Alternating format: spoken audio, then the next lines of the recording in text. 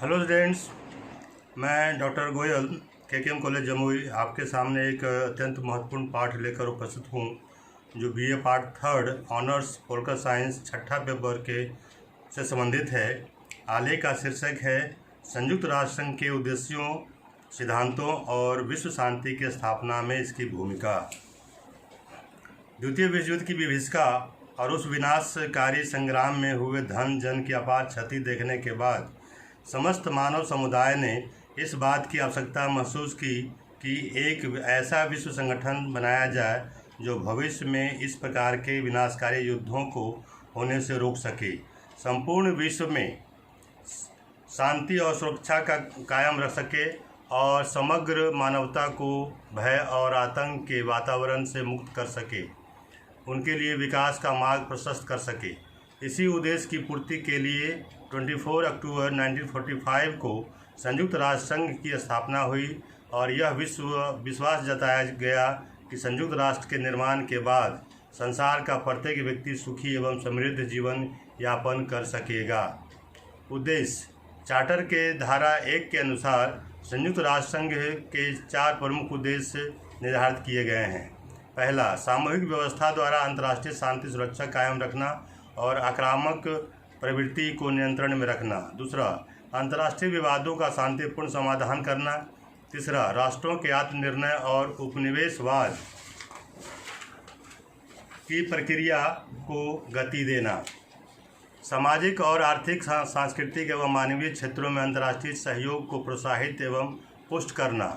संघ के इन उद्देश्यों से जुड़े हुए 2 और लक्ष्य भी निर्धारित किए गए हैं। वे हैं निरस्त्रीकरण और नई अंतर्राष्ट्रीय आर्थिक व्यवस्था की स्थापना। सिद्धांत यूएनओ के चार्टर की धारा 2 में इसके निम्नलिखित मौलिक सिद्धांत बताए गए हैं। पहला, इसका प्रधान आधार छोटे बड़े सब देशों की समानता और सर्वोच्चता का सिद्धांत है। उदाहरण के लिए इसमें रूस और अमेरिका जैसे बड़े राज्यों और जिम्बाब्वे जैसे हालिया स्वतंत्र हुए राज्यों के प्रतिनिधि भेजने, कार्यवाही में भाग लेने और वोट देने का समान अधिकार प्राप्त है। दूसरा, सब सदस्यों से यह आशा रखी जाती है कि वे चार्टर द्वारा उन पर लागू होने वाले दायित्वों का पालन पूरी ईमानदारी से करेंगे। सभी सदस्य अंतर्राष्ट्रीय झगड़ों का निपटारा शांतिपूर्ण साधनों से करेंगे। नेक्स्ट, सभी राष्ट्र संयुक्त राष्ट्र संघ के उद्देश्यों के प्रतिकूल कोई कार्य नहीं करेंगे। वे किसी देश की स्वतंत्रता का हनन करने की या आक्रमण करने की न तो धमकी देंगे और न ऐसा कार्य करेंगे। 5, कोई भी देश चार्टर के प्रतिकूल काम करने वाले देश की सहायता नहीं करेगा। छठा, यूएनओ इसका सदस्य न बनने वाले राज्यों से भी अंतर्राष्ट्रीय शांति और सुरक्षा बनाए रखने वाले सिद्धांतों का पालन कराएगा। 7वां, यूएनओ किसी देश के घरेलू मामलों में हस्तक्षेप नहीं करेगा। संयुक्त राष्ट्र संघ की विश्व शांति में भूमिका या उपलब्धि। संयुक्त राष्ट्र संघ का सर्वोपरि उद्देश्य विश्व शांति एवं सुरक्षा बनाए रखना है तथा इस उद्देश्य की पूर्ति के लिए जहां कहीं भी सशस्त्र आक्रमण हो वहां सुरक्षा के लिए सामूहिक कार्यवाही करना है। चार्टर में धारा 33 से 38 तक अंतर्राष्ट्रीय विवादों के शांतिपूर्ण समझौते की व्यवस्था की गई है। यूएनओ में अपने उद्देश्य की पूर्ति में बहुत हद तक सफलता भी मिली है। सीरिया लेबनान विवाद, कोरिया संघर्ष, सुएज नहर का राष्ट्रीयकरण, कांगो और साइप्रस में शांति और सुरक्षा, अफगानिस्तान से सोवियत सेनाओं की वापसी, इराक ईरान युद्ध विराम आदि क्षेत्रों में यूएनओ को महत्वपूर्ण उपलब्धियां मिली हैं। वर्तमान में यूएनओ की 16 शांति सेनाएं विभिन्न क्षेत्रों में तैनात हैं। अपने 62 वर्ष की एक कालावधि में संघ ने कंबोडिया, नामीबिया, मोजाम्बिक जैसे 45 राष्ट्रों में लोकतंत्र की स्थापना में सहयोग दिया है। संयुक्त राष्ट्र विकास कार्यक्रम में के तहत 170 देश कृषि, उद्योग, शिक्षा और पर्यावरण संरक्षण में लगभग 5000 परियोजनाओं के लिए 1 अरब 3 करोड़ डॉलर के साथ संघ विकास और उन्नति के इस कार्य में जुटा हुआ है। दक्षिण अफ्रीका में रंगभेद नीति को समाप्त करने की दिशा में संघ की उल्लेखनीय सफलता मिली है। उपनिवेशवाद और शांति शीत युद्ध की समाप्ति में भी संघ को महत्वपूर्ण सफलता मिली है। सुएज, बर्लिन, कोरिया, लेबनान के झगड़ों में यूएनओ ने भयंकर युद्ध आरंभ होने से विश्व को बचाया है। विभिन्न देशों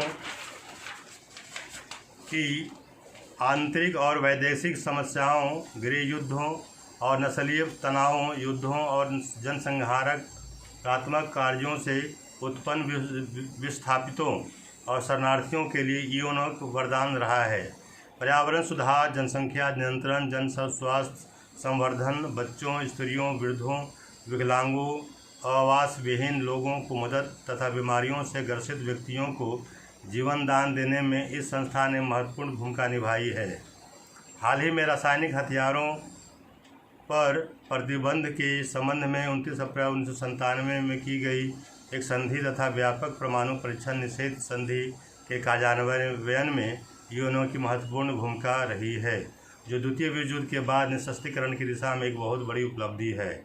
इतना सब होते हुए भी यूएनओ को निःशस्त्रीकरण, हिंद महासागर की शांति क्षेत्र बनाने में, रोडेशिया, नामीबिया तथा दक्षिणी अफ्रीका में बहुसंख्यक अश्वेतों का शासन स्थापित करवाने, विकसित एवं विकासशील देशों के बीच आर्थिक असंतुलन को कम करने, गरीब राष्ट्रों को उनके कच्चे माल की वाजिब कीमत दिलाने आदि में आंशिक सफलता ही मिली है।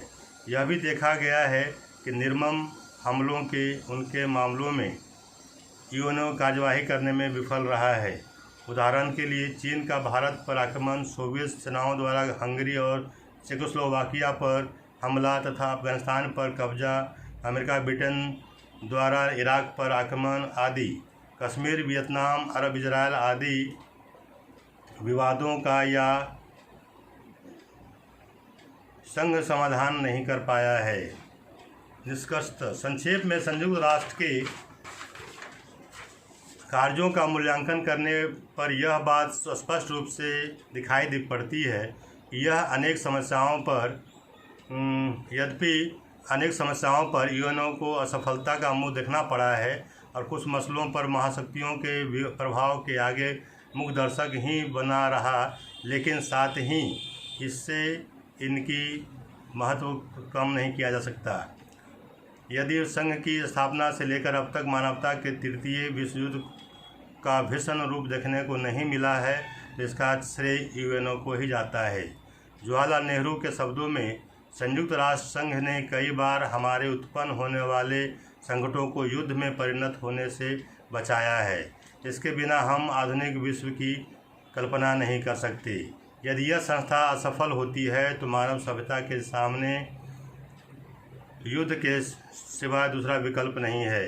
यह मानव पीढ़ी की सुरक्षा की गारंटी एवं विश्व संघर्षों को रोकने का सेफ्टी वॉल्व है। धन्यवाद।